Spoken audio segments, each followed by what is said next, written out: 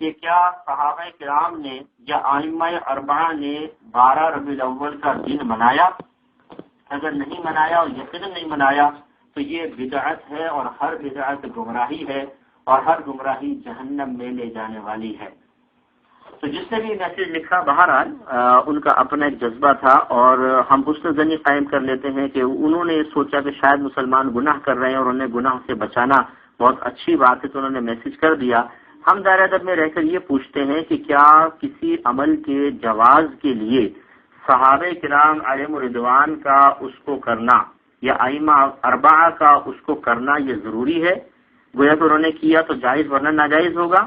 اگر ایسی بات ہے تو ہم آپ سے دائرہ ادب میں رہ کے کوشچن کرتے ہیں کہ ذرا یہ بتائیے کہ مسجد کے جو گنبد اور مینار اور محرابیں ہیں یہ کس نے بنائی تھی؟ کہ نبی کریم کے دور میں تھی، کہ صحابہ کرام کے دور میں تھی، کہ ائمہ اربعہ کے سامنے بننا شروع ہو گئی تھی؟ اگر نہیں تو پھر آپ کیوں بناتے ہیں؟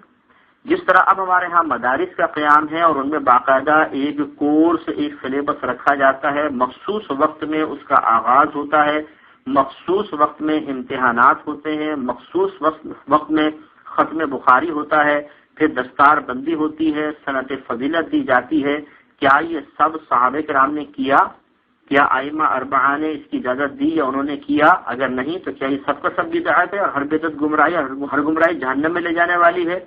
آپ کی مسجد میں جماعت کے لیے ایک وقت مخصوص ہوگا، فجر اتنے بجے، ظہر اتنے بجے، عصر اتنے بجے، مغرب اتنے بجے، عشاء اتنے بجے۔ کیا یہ صحابہ کرام کے دور میں یہ اوقات مخصوص تھے؟ کیا ائمہ اربعہ نے یہ اوقات مخصوص کیے تھے؟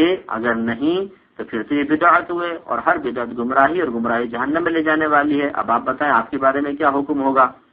کیا بریانی صحابہ کرام نے کھائی، ائمہ اربعہ نے کھائی، چاکلیٹس کھائی تھیں، آئس کریم کھائی تھیں، جو لباس جس ڈیزائن کے آپ پہن رہے ہیں انہوں نے پہنے تھے، آپ چشمہ لگاتے ہیں انہوں نے چشمے لگائے تھے؟ یہ تمام چیزیں اگر آپ حسن نیت کے ساتھ کریں تو امر مستحب بن جاتی ہیں۔ یہ نہیں کہ دین کا تعلق تو دین سے نہیں ہے، دنیا سے۔ مومن کا ہر کام دین کا کام ہے۔ وہ اگر اچھی نیت کے ساتھ سوئے گا تو اس کو سونا بھی عبادت ہے۔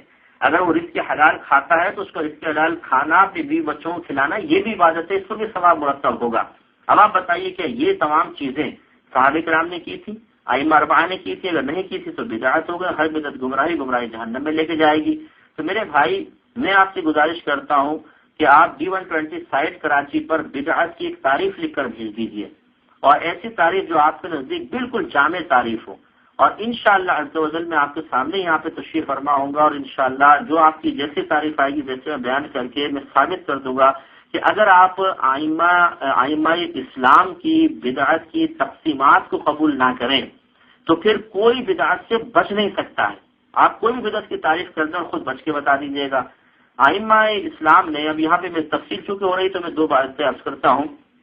ایک ہے ان 12 ربیع الاول میں مختلف امور کو سر انجام دینا، اگر ان کو فردن دیکھا جائے، مثلا نبی پاک کی ولادت کے واقعات بیان کرنا، آپ کے فضائل و کمالات کا بیان، معجزات کا بیان، آپ کی برکات کا بیان، آپ کے اختیارات کا بیان، کھانا کھلانا، جلوس نکالنا، نعت کی محافل کرنا، یہ تمام چیزیں اگر آپ فردن دیکھیں گے، سب کا ثبوت میں قرآن سے بھی دے سکتا ہوں اور حدیث سے بھی دے سکتا ہوں، الگ سب آپ کو مل جائے گا، سب کی اصل آپ کو قرآن حدیث سے مل جائے گی۔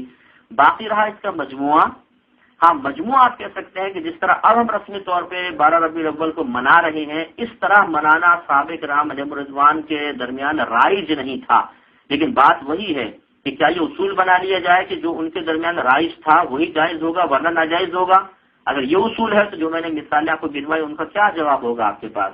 لہذا علماء اسلام نے پھر بدعت کی اقسام متعین کی کہ اگر کوئی ایسا نیا کام شروع کیا گیا جو قرآن و حدیث کے خلاف ہے، یہ بدعت سیئہ ہے، اور اس کے بارے میں نبی کریم نے فرمایا کہ یہ گمراہی ہے اور گمراہی جہنم میں لے جانے والی ہے۔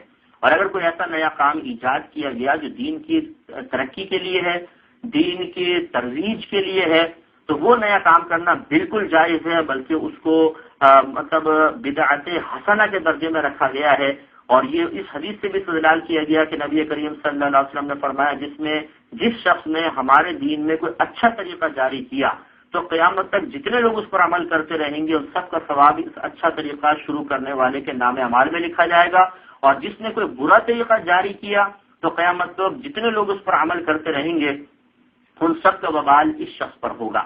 تو خلاصہ کلام یہ ہے کہ جب علماء اسلام نے خود بدعت کی دو بڑی قسمیں کر دی، اور بھی اقسام ہے لیکن وقت قلیل میں اس لیے عرض کر رہا ہوں کہ اگر قرآن و حدیث کے خلاف بدعت سیئہ قرآن و حدیث کے موافق اور دین کی ترقی اور ترویج کا سبب بنے، تو بدعت حسنہ اگر آپ اس تقسیم کو نہیں مانتے تو پھر میں آپ کو یہ ریکویسٹ کرتا ہوں، دائرہ ادب میں رہ کے میں چیلنج بھی نہیں کہتا ہوں، میں ریکویسٹ کہتا ہوں کہ آپ بدعت کی تاریخ لکھ کر بھیج دیں اور پھر آپ خود بچ کر بتا دیں۔ میں انشاءاللہ 50 کام آپ کو ایسے گنوا دوں گا جو خود آپ کر کے بدعت کے مرتکب ہو رہے ہیں، تو پھر آپ اپنے بارے میں کیا فیصلہ کریں گے کہ آپ گمراہ ہیں کہ نہیں اور جہنم میں جائیں گے یا نہیں جائیں گے۔ صرف 12ویں پر ہی کیوں مطلب آبجیکشن کیا جاتا ہے؟ ہزارہ معاملات اور ہیں، غور و تفکر کریں گے تو انشاءاللہ اس کے بعد مزید ایسا میسج بھیجنے کی کوئی ضرورت پیش نہیں آئے گی۔